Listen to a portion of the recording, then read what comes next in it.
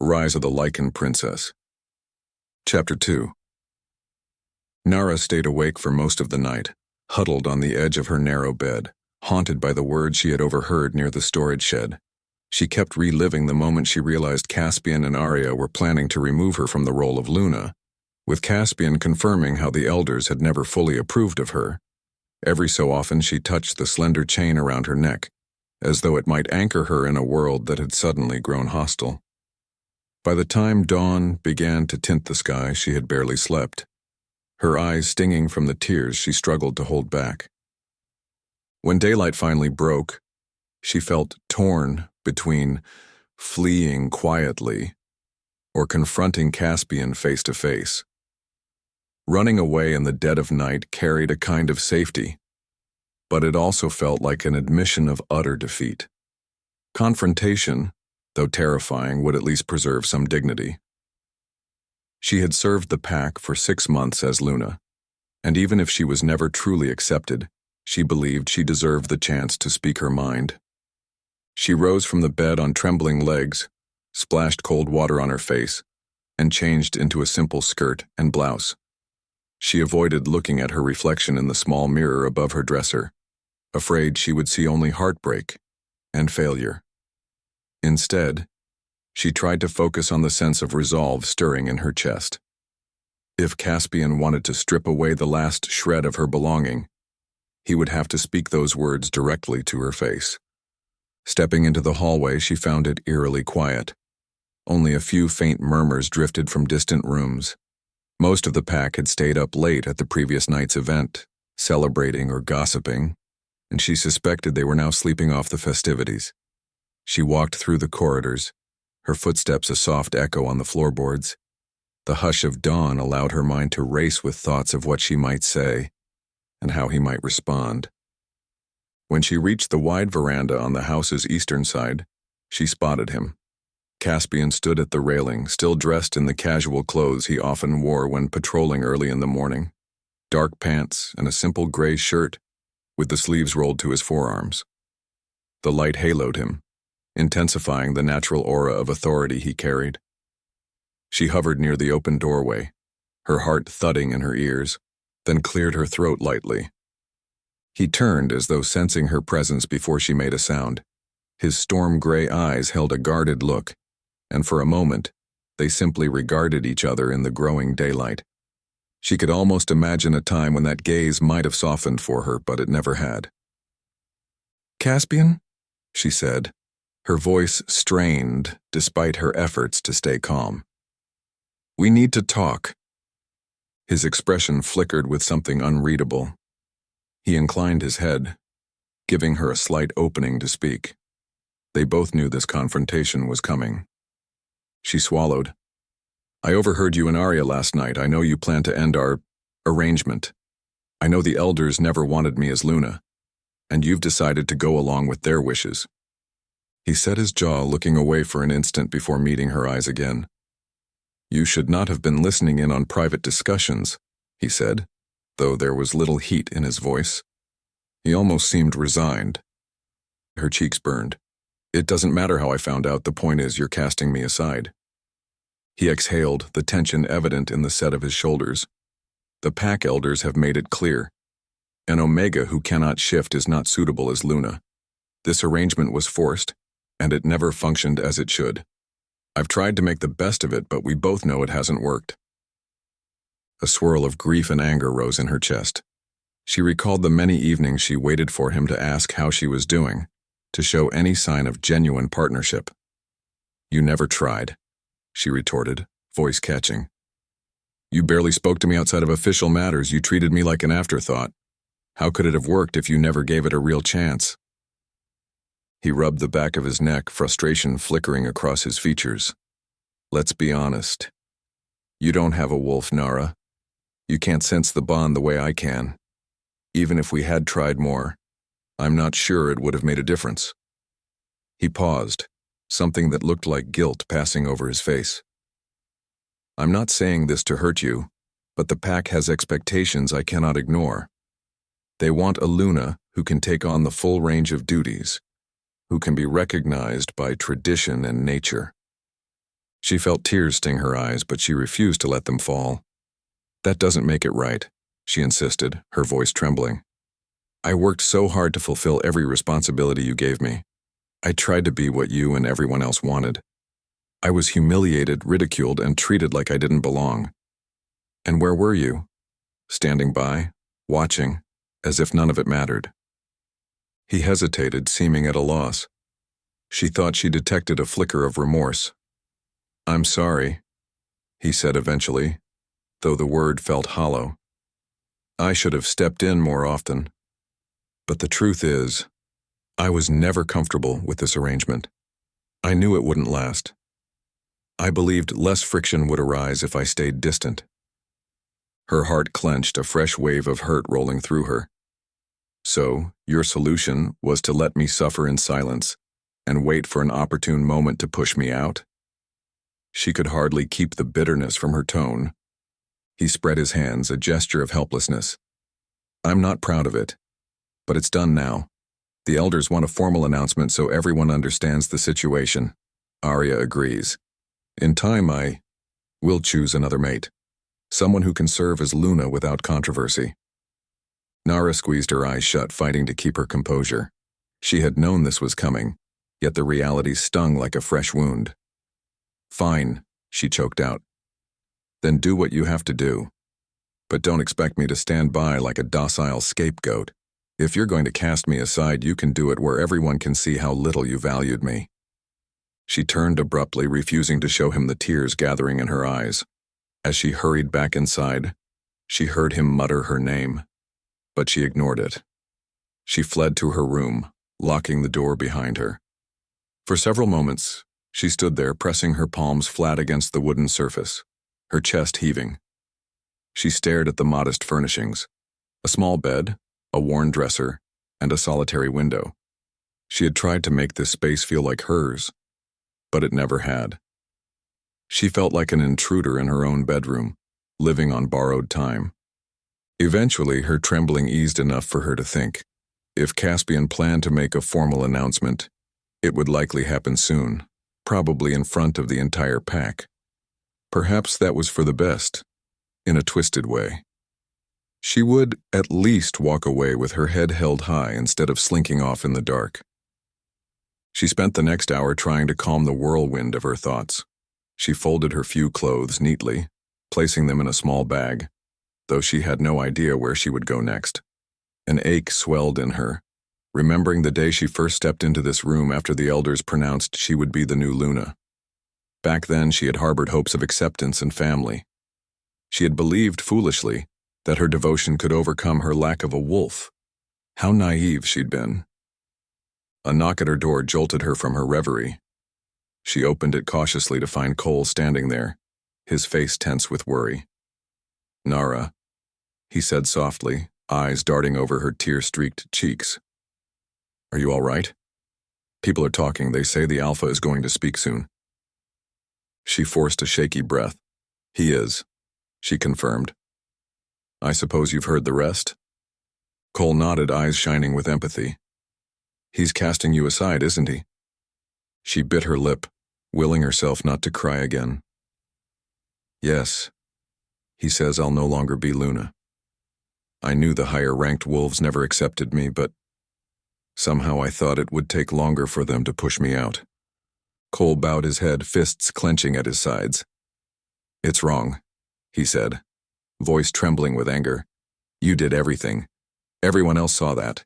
You poured your heart into leading the lower ranks, organizing events, and ensuring everything ran smoothly." She reached out, placing a hand on Cole's shoulder. "Thank you. Your kindness has been one of the few things keeping me sane." She exhaled heavily. "Will you stand with me when he announces it?" "Of course," Cole said, lips set in a determined line. "I won't leave your side unless you tell me to." She offered him a tiny, grateful smile. "All right, let's go then. No point in hiding." They walked together through corridors that steadily filled with murmuring wolves. Narah's heart thundered in her chest and her palms felt clammy, but she clung to her resolve. If this was the last time she would stand in the pack's main courtyard, she intended to do it with dignity. When they arrived, dozens of wolves had already gathered. The courtyard was a wide, open space paved with flat stones, surrounded by the pack's principal buildings. A raised platform stood at one side, where announcements were calmly made. Narah's stomach twisted when she saw Caspian up there, flanked by Arya and a handful of elders and higher-ranked wolves, including Hayden and Lucille. Those two glared in her direction, unmasked satisfaction on their faces. Cole and Narah pushed through the crowd, finding a place near the front where she could look Caspian in the eye. The gathering fell silent as the Alpha cleared his throat. Narah watched him scan the crowd, noting the tension that ran through everyone. She saw some of the Omegas whispering among themselves, looking at her with concern or pity. "Thank you all for coming," Caspian began, his voice resonating with the confidence of leadership that Narah had never managed to draw from him. "I have an important announcement regarding the future of our pack." Narah glanced at Arya, whose expression brimmed with anticipation. She stood poised, hands clasped in front of her, her entire bearing screaming readiness to ascend. Narah fought the urge to glare at her and forced her attention back to Caspian. "6 months ago," he continued, "the elders and I agreed to a union between myself and Narah, with the hope that it would bring unity and acceptance to the pack. Unfortunately, we have found that this arrangement has not worked as intended. We have seen significant dissent and ongoing concerns about leadership." A murmur spread through the courtyard, some wolves nodding in agreement, others remaining stone-faced. Narah felt Cole's comforting presence beside her, but a shiver ran down her spine. She waited, her throat tight. "After considerable thought and discussion," Caspian went on, "we have decided that Narah will no longer hold the position of Luna. While her efforts have been appreciated, the pack elders believe we need a leader who fully embodies our traditions, including the ability to shift and bond at a deeper level." Silence gripped the assembly, as though everyone collectively held their breath. Narah felt as if all eyes had turned on her, and she swallowed back a surge of emotion. She refused to lower her head, meeting Caspian's gaze with as much courage as she could muster. He paused, looking at her with an indecipherable flicker in his eyes before continuing. "We will move forward in selecting a new Luna who can represent the pack's best interests. Narah is free to stay as a member if she chooses, but she will not retain her current rank." A rustle went through the crowd, some higher-ranked wolves casting triumphant smirks, while a few Omegas looked on with dismay. Arya's face showed calm satisfaction, as though everything was falling into place. Narah cleared her throat, stepping forward. "I have no intention of staying," she announced, projecting her voice as firmly as she could. It quivered slightly with emotion, but she pressed on. "I appreciate those who have supported me, but I will not remain where I am unwanted." A series of murmurs rose, accompanied by discreet nods from a few of the lower-ranked wolves who had come to respect her. She saw sympathy in their eyes, a silent acknowledgement that she had tried her best. Then she saw the dismissive shrug from Lucille, the cold satisfaction radiating off Arya. The separation in the pack's sentiments was as clear as day. Caspian said nothing in response to her declaration, simply exhaling as if it was what he expected. To Narah, that silence was an even deeper wound than any words might have been. Her heart felt like it was cracking in two as she turned around, pushing through the crowd in a daze. Cole hurried after her, ignoring the indignant looks from several high-ranked wolves. Once they were inside, she leaned against a wall, chest heaving as if she had run a great distance. She could hear the hum of continuing conversation outside. She closed her eyes, tears leaking down her cheeks at last. "It's done," she whispered, voice trembling. Cole rested a hand on her shoulder. "I'm so sorry," he murmured. "If there was anything I could do?" She shook her head, wiping her eyes. "No, you've done enough. You stood by me. Thank you." She took a steadying breath. "I need to leave as soon as possible." He grimaced, glancing down the corridor where a few curious faces peered at them. "I understand. Let me help you gather your things." Narah offered him a weak smile, touched by his unwavering loyalty. They returned to her room, where she had already prepared a small bag. She double-checked the contents: spare clothes, a comb, a precious old journal. Her mother's necklace, the only true heirloom she had, still sat snugly against her skin. She brushed her fingers over it, recalling fleeting memories of a gentle face from her earliest childhood. The ache of leaving behind her illusions about this pack mingled with the relief of escaping its oppressive judgment. When she was done, she turned to Cole, voice quavering. "I have to go right now. If I wait until nightfall, they might try to stop me or harass me. I'd rather face the road than any more of their contempt." He nodded, jaw tight. "Let me walk with you to the edge of the territory." They moved quietly through the house. They passed a few wolves, some of whom snickered under their breath, while others looked at Narah with genuine pity. At the main door they paused, both uncertain how to say goodbye. Finally, Cole enveloped her in a tight hug, his eyes glistening with sorrow. "You don't deserve this," he whispered, voice thick. "You deserved a chance to be truly happy." Her eyes stung with fresh tears. "Thank you," she managed. "Take care of yourself. If things change, or if you ever need me, I'll find a way to be there." He nodded, unable to speak for a moment, then gently let her go. Narah stepped outside, shoulders squared, and began the final walk through a place that never felt fully like home. She tried not to dwell on the stares and murmurs from those who spotted her passing. She needed all her strength to keep from crumbling. She saw glimpses of her old life in every corner: the courtyard she swept before a celebration, the hallway where she once rushed to deliver news to Caspian.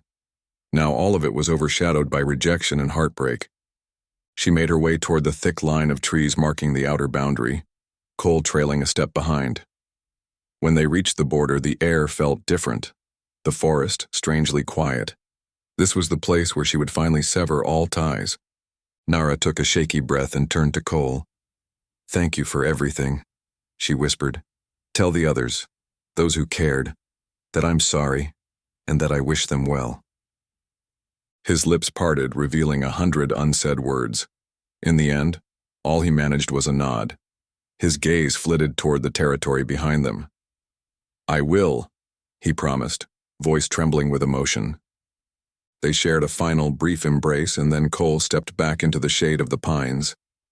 Narah looked at him for a long moment, memorizing the kindness in his eyes. Then she turned away, walking down the narrow dirt path that wound away from the pack's lands. Her heart felt impossibly heavy, yet each step seemed to ease an invisible weight from her shoulders. She was free, even if that freedom tasted bitter. Time blurred as she wandered, her mind racing. The day wore on, the sun arcing high overhead, then drifting toward the west.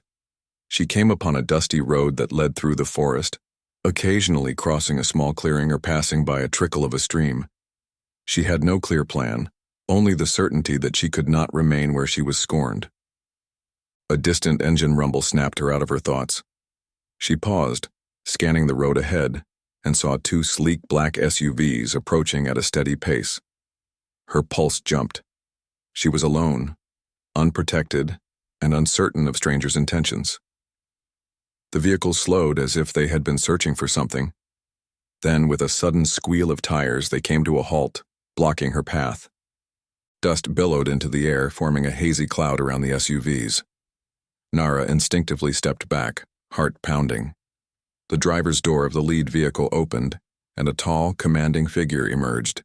He had dark, close-cropped hair and a lean, muscular frame. Several others stepped out of both vehicles, standing alertly as if prepared for anything. The man walked toward her, his posture both cautious and confident. Narah's breath caught. She sensed a potent aura emanating from him, something she had only felt around high-status werewolves, like Caspian.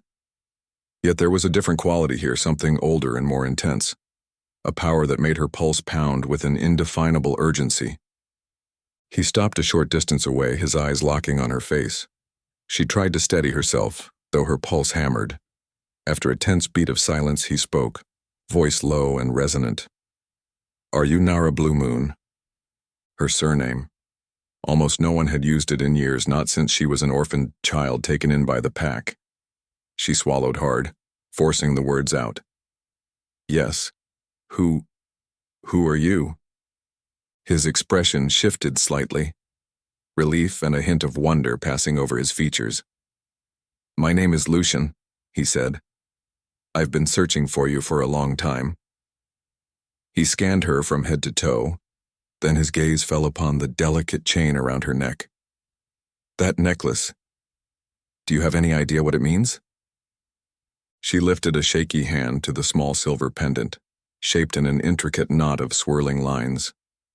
"No," she whispered. "It was my mother's. She died when I was very young. I remember almost nothing about it." He inhaled, then nodded slowly, as though pieces of a puzzle were clicking into place for him. "You really don't know, do you?" he murmured, voice filled with a curious blend of compassion and awe. "Listen, Narah, we can't talk here. It's not safe for you, especially if you've left your old pack.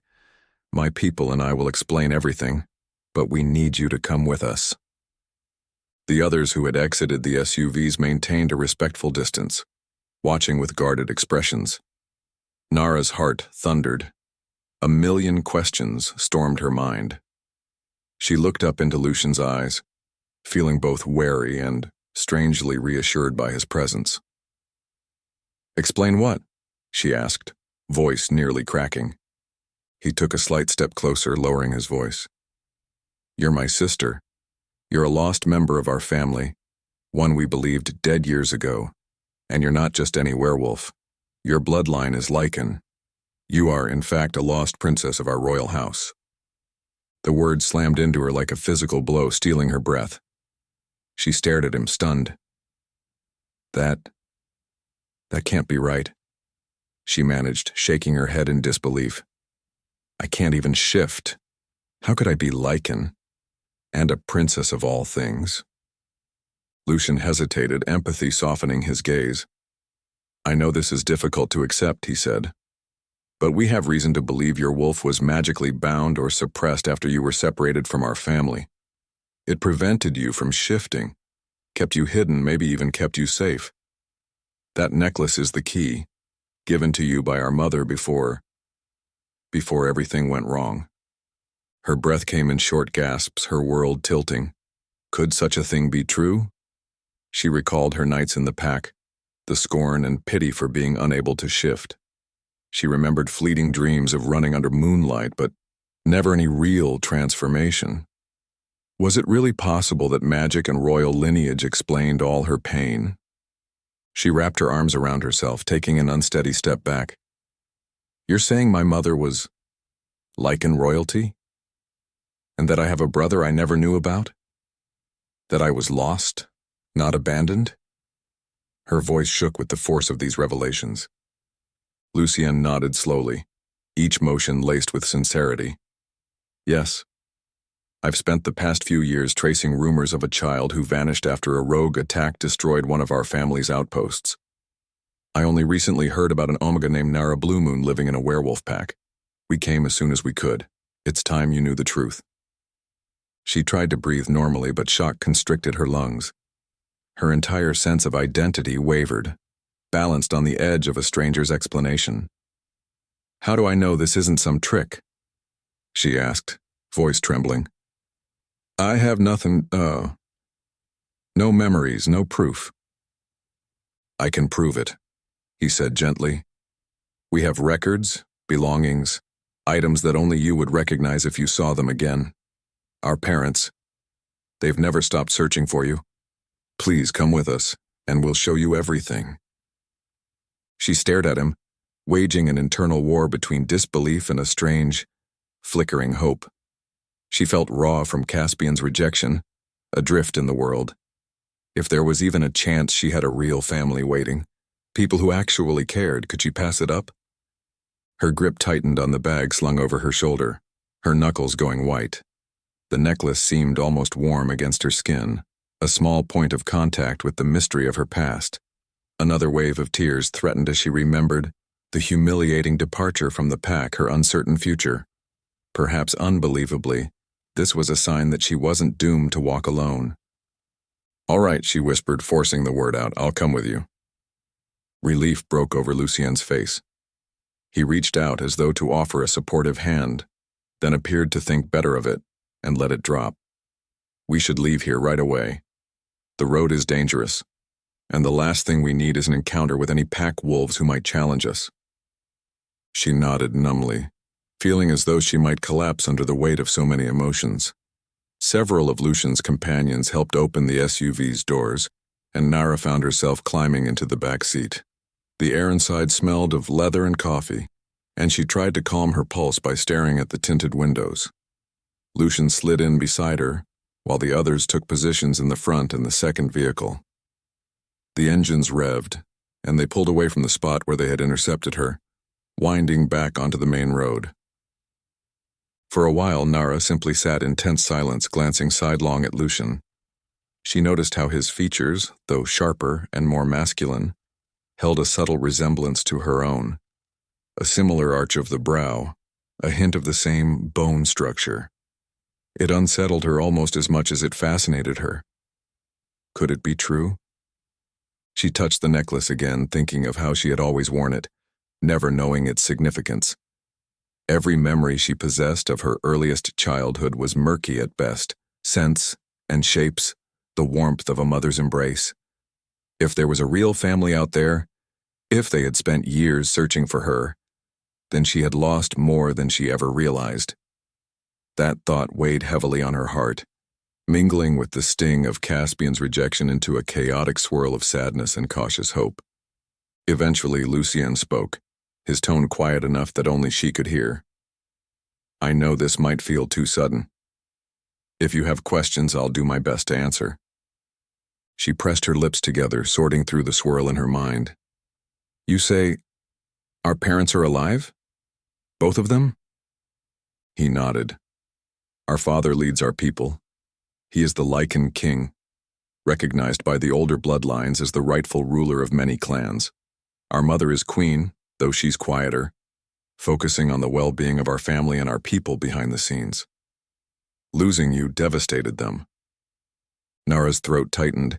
She couldn't imagine parents who longed for her, especially after living most of her life feeling alone.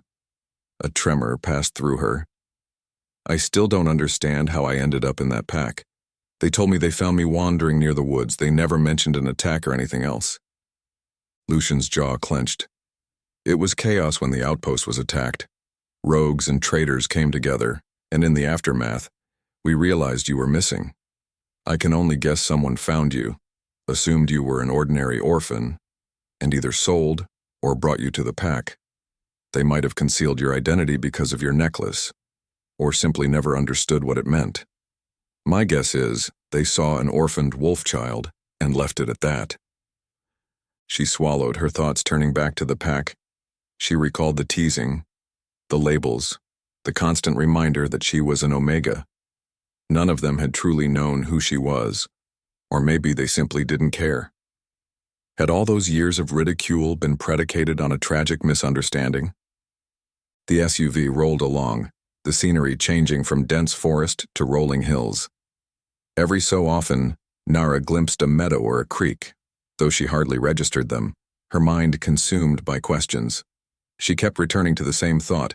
She had nowhere else to go, and maybe this was her best chance at discovering the truth. The idea of being part of a family, of not being scorned for lacking a wolf, filled her with a deep longing she tried to stifle. "Will I ever shift?" she asked at length, voice trembling on the last word. It was the question that had haunted her for years, the mark of shame that made her packmates see her as less than them. Lucien studied her face. "If the magic binding your Lycan nature is undone, yes.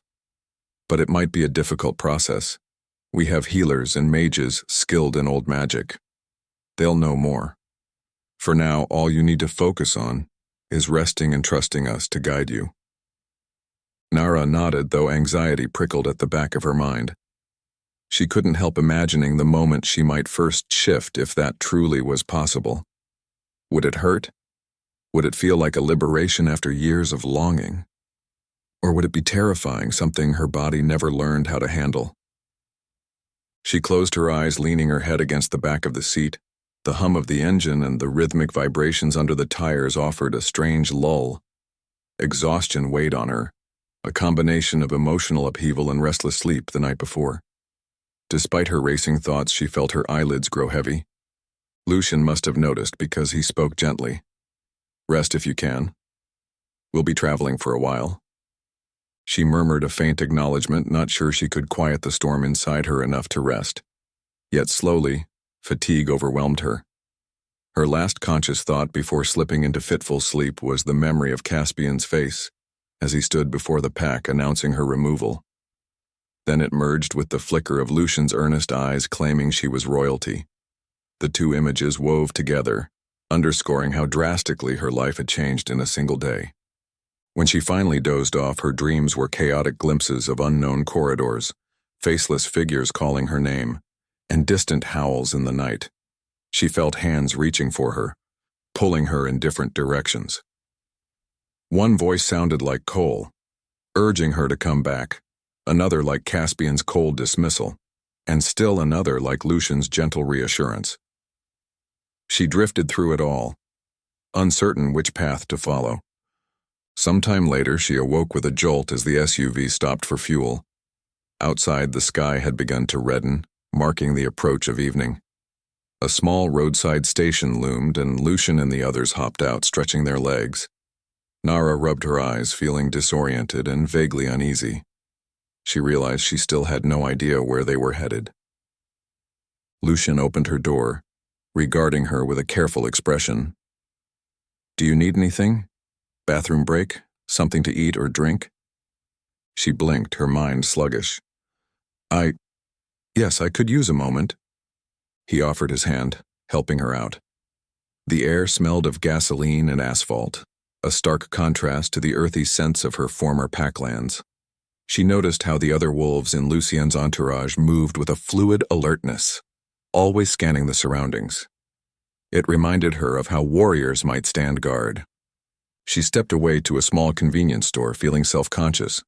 Though she had her meager possessions, she possessed hardly any money. Lucien followed, a careful distance behind, letting her retain some semblance of independence. She used the restroom, splashed water on her face, and tried to smooth down her hair. The reflection that greeted her was one she hardly recognized, eyes puffy from crying and lack of sleep, shoulders tense and an aura of worry etched into every line. When she emerged, Lucien waited by the entrance with a paper cup in his hand. "I got you some tea," he said quietly. "I'm not sure which flavor you prefer." She accepted it with a nod of thanks, sipping slowly. Warmth seeped into her chest, momentarily soothing her raw throat. "Thank you," she murmured. "How much farther do we have to go?" His gaze flicked to the horizon. "A few more hours, then we'll stop at one of our safe houses for the night. After that, maybe another day's travel. We keep multiple residences to avoid detection by rogues. My father, the king, tries to maintain stability, but there are always threats." Narah nodded, mind spinning at the mention of royal obligations and hidden houses. She finished her tea, then followed him back to the vehicles. As they set off again, the road stretched long and winding under the darkening sky. She felt isolated, a reluctant passenger in a story that was suddenly hers, yet so alien. She tried to observe her companions more closely. Most wore expressions of calm readiness, eyes always roving, as if expecting danger.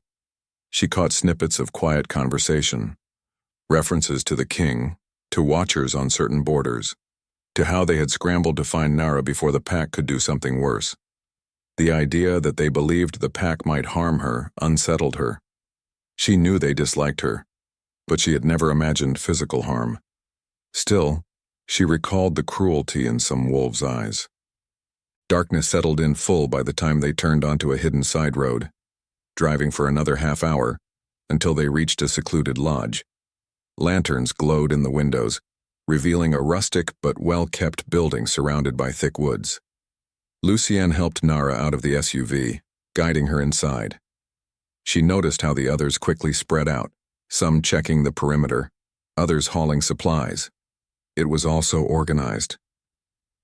The interior of the lodge smelled of wood smoke and fresh pine. Lucian led her to a modest bedroom with a small bed, a dresser, and a simple lamp. "You can rest here," he said, standing in the doorway as though not wanting to intrude. "I'll be in the main room if you need anything." Narah looked around, reminded of how she had so recently left another bedroom behind for good. "Thank you," she murmured. She set her bag on a chair, trying to quell the sense of displacement gnawing at her. "Lucian, earlier you mentioned a mother who never stopped searching for me. Is she truly alive?" Her voice cracked with an odd mix of hope and sorrow. He nodded, his expression compassionate. "Yes, she is. I know it might be hard to believe, but she's never given up. She'll be overjoyed to see you safe." A faint, comforting smile touched his lips. "Sleep now. You've been through a lot. Tomorrow we can talk more about everything." Narah swallowed and nodded. As he left, quietly shutting the door, she felt a wave of exhaustion crash over her. The day's events, her confrontation with Caspian, the public humiliation, her farewell to Cole, and now this revelation that she might be a lost Lycan princess, swirled in her mind like a tempest. She managed to change into a clean shirt and eased herself onto the bed, burying her face in the pillow. Yet despite her fatigue, sleep was slow to come. Every time she closed her eyes, she saw Caspian's cool expression, or Arya's triumphant smirk. She remembered Cole's tearful farewell. Then she saw Lucian's earnest gaze, heard the quiet conviction in his voice when he called her sister. Could it really be true that her mother was out there, longing to reunite with the child she had lost? At length she slipped into a restless doze, burdened by grief but buoyed by the faintest hope that perhaps her life had a place elsewhere, that she was not doomed to remain the scorned, wolfless Omega no one wanted. If Lucienne was right, if she truly had a family waiting, it might change everything she thought she knew about herself. For better or worse, she would soon find out. Dawn arrived, filtering pale light through the curtains. Narah woke to the sound of quiet footsteps in the hallway. She dressed quickly, smoothing her rumpled clothes with shaking hands, then stepped out into the main room. Lucian was there, conversing with two of his companions. They broke off when she entered, and he offered a small smile. "Morning," he said. "We have some provisions ready. Eat something, then we'll continue our journey." She nodded, her throat tight. One of the companions, a tall woman with braided hair, offered her a plate of bread and fruit. Narah accepted it with gratitude, suddenly realizing she was starving. She ate in silence, listening to Lucian outline their route for the day. The entire scenario felt surreal, as though she'd stepped into someone else's life. Once she had finished, they packed up quickly, returning to the SUVs. Lucienne explained that they would drive for most of the day, stopping only briefly for essentials, until they reached a larger estate where the king and queen were waiting. Narah tried to appear calm, but her heart pounded at the mention of a royal court. She had no idea how to speak to a king or queen, even if they were her parents. The drive was long and mostly quiet. She peered out the window, watching the changing landscape. Hours passed, the sun climbing high, and then beginning its descent. They refueled once, grabbed a quick meal at a small roadside diner, and pressed on. Throughout it all, the weight of uncertainty grew heavier on her chest. She thought of the pack, of Cole, of Caspian's cold farewell. A swirl of sadness washed through her. Yet something else sparked too. A glimmer of cautious anticipation.